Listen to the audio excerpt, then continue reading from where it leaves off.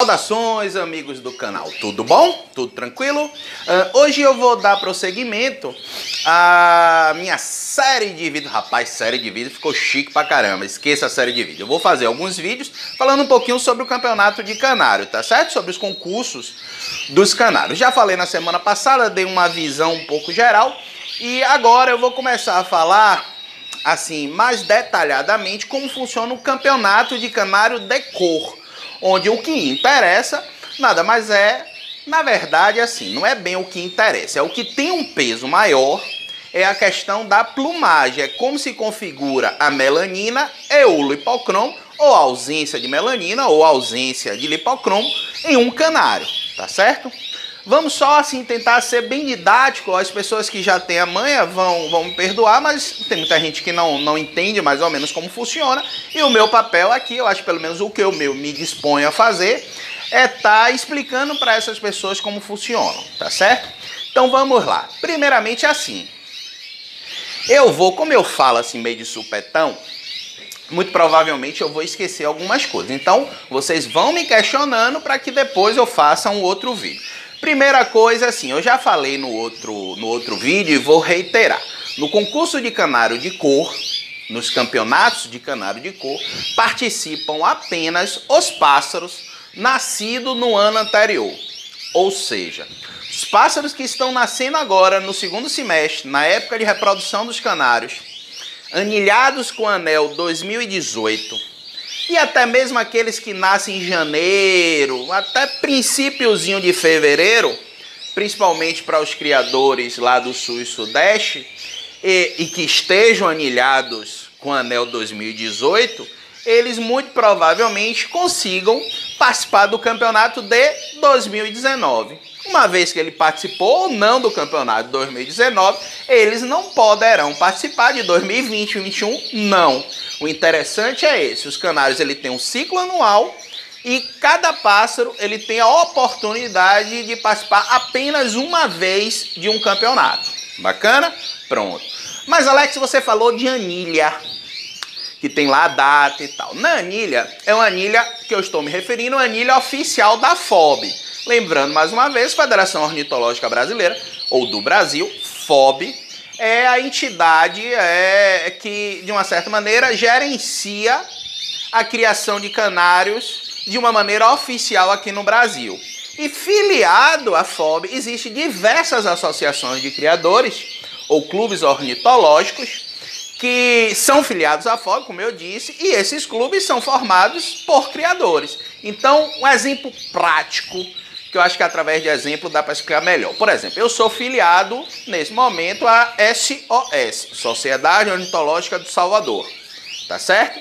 Então, se eu quero adquirir anéis para minha criação, eu vou solicitar a SOS, que por sua vez, em sendo filiada à FOB, vai solicitar a FOB, e a FOB, ela fabrica e fornece os anéis vinculados a mim, para que eu possa anilhar meus pássaros e estar apto a, no ano seguinte, esses pássaros participarem dos campeonatos, tá certo? Normalmente no anel tem a sigla, não é bem a sigla do clube, é o código do clube. Por exemplo, a SOS é FD, tá certo? A sigla é SOS, mas o códigozinho junto à FOB é FD. Então tem lá, tem o ano que nasceu o canário, tem FD, que é o código do clube, tem meu número no clube, que no caso aqui é o 33, tem um número do pássaro naquele ano daquele criador, por exemplo, pássaro 001, tem lá, no anelzinho dele tem FOB, tem FD, tem 33, tem 001, tem 2018, tá certo?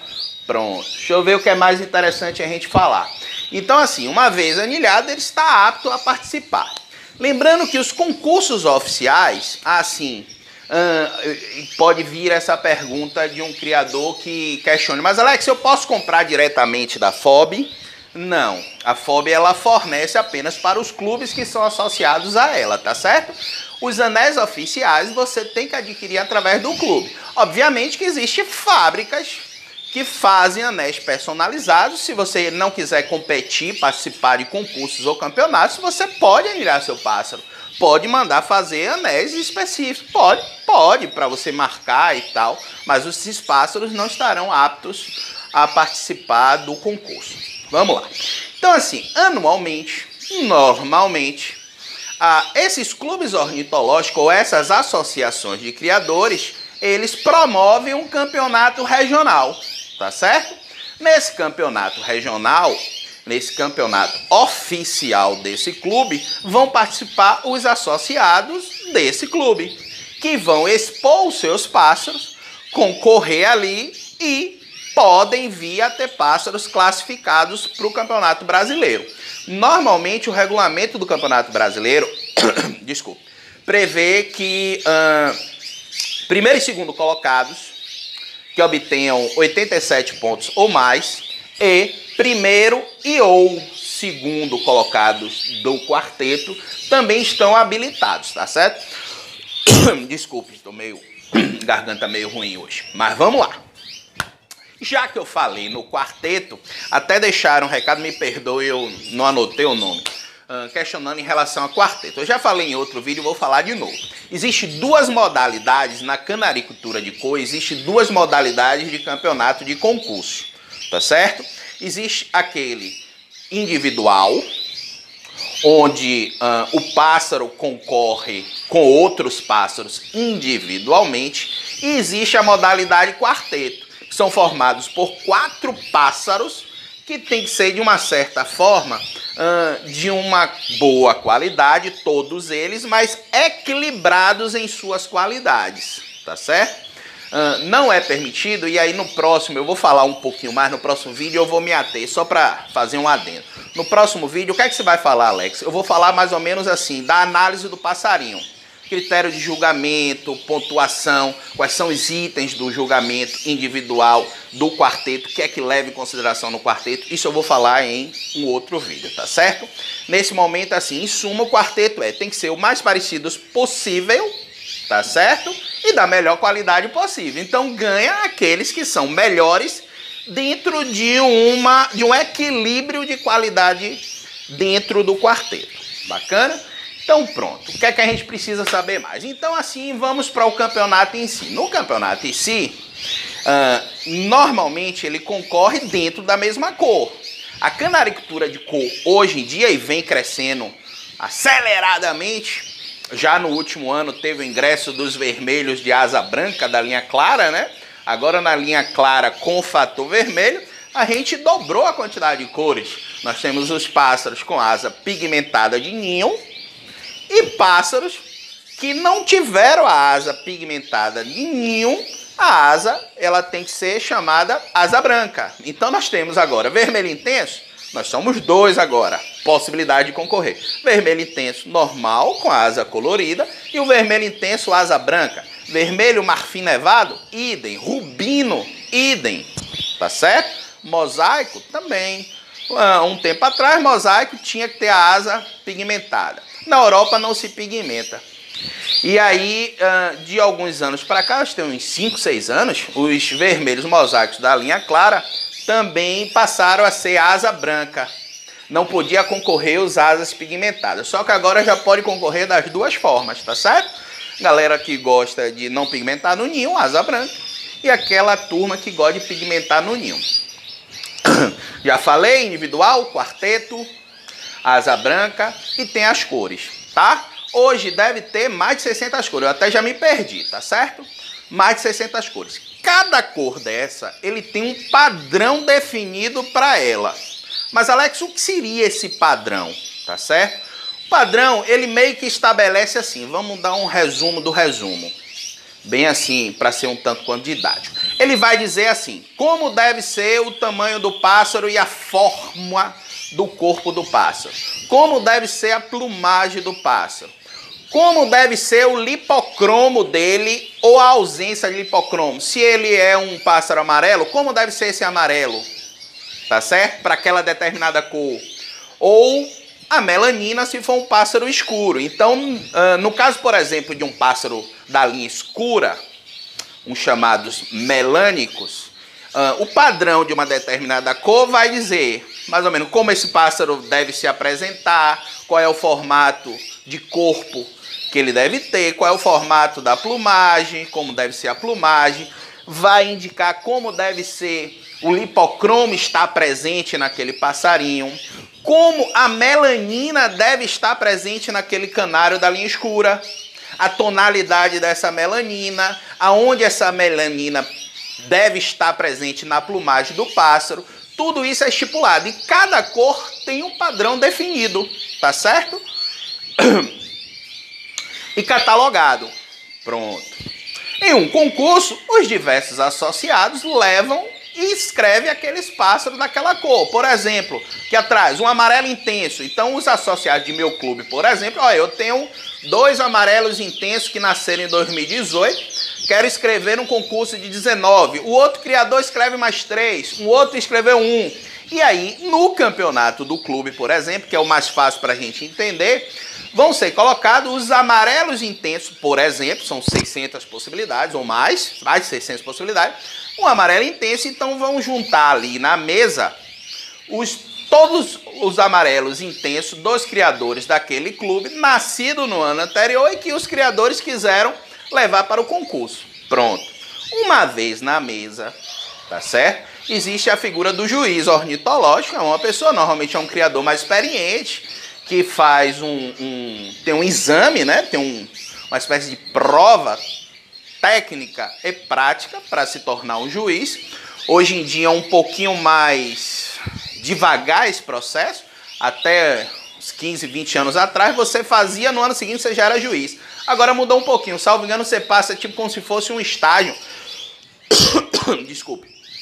E só depois de 2 ou 3 anos que você realmente é um juiz ornitológico. Pois bem. Em suma, é essa figura que vai, dentre aqueles pássaros da mesa, colocá-los ou analisar primeiramente e depois ir colocando em ordem aqueles que mais se adequam ao padrão. Amarelo intenso tem que ser como? Ah, o amarelo tem que ser assim assado. Qual é o que tem um amarelo mais assim assado? Esse? Então esse vem para cá. Depois esse, depois esse. Esse tipo de análise técnica que é feito.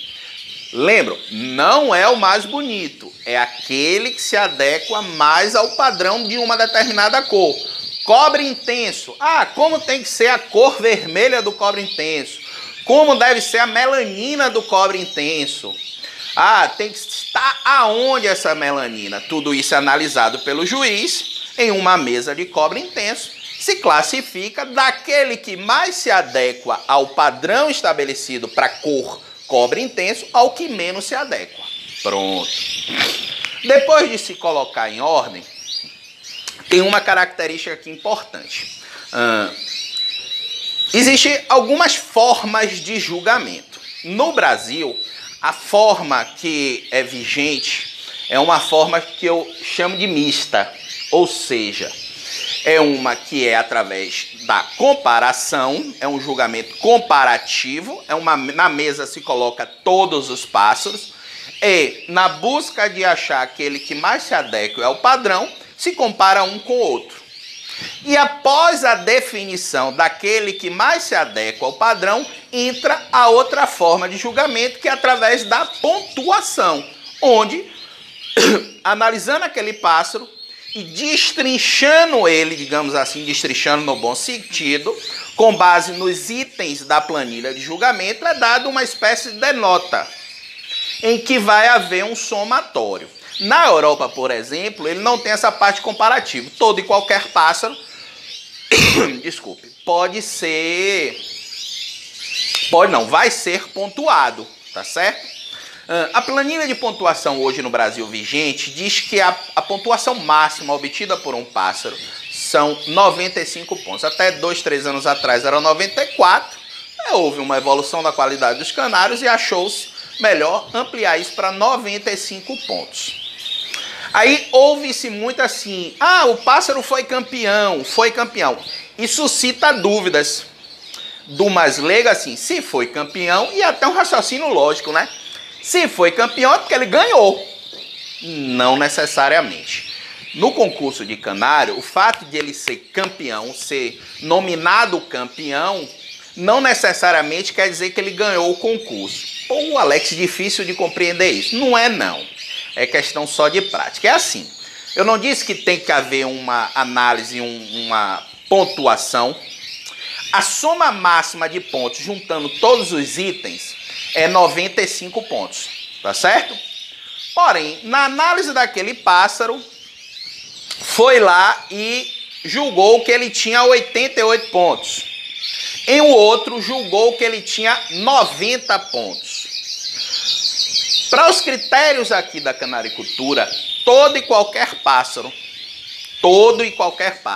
independente da colocação dele, da classificação dele, primeiro, segundo, terceiro, quarto ou quinto, se ele obtiver 90 pontos, ele é chamado de campeão. Em suma, entende-se que campeão é aquele pássaro que tem um nível de adequação ao padrão estabelecido bem próximo. Perceba, quanto mais pontos ele faz, mais perto do padrão que eu venho falando, do padrão para aquela cor ele chega. Teoricamente, 95 hoje em dia seria o padrão. Um pássaro de 94 pontos, ele seria bem pertinho do padrão. 93 e aí vai deixando. 90 também. Um pássaro de 88, 87, 89 pontos, ele já está um pouquinho distante desse padrão. Então, assim, todo e qualquer pássaro, 90 pontos.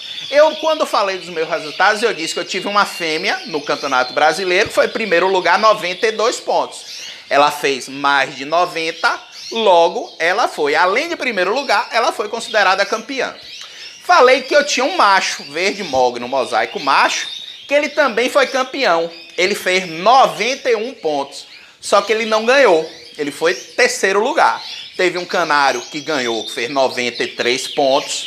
Fez um outro canário que ficou em segundo lugar, fez 92 pontos. E ele ficou em terceiro com 91. Essa escadinha, salvo engano, no Campeonato Brasileiro desse ano virou regra.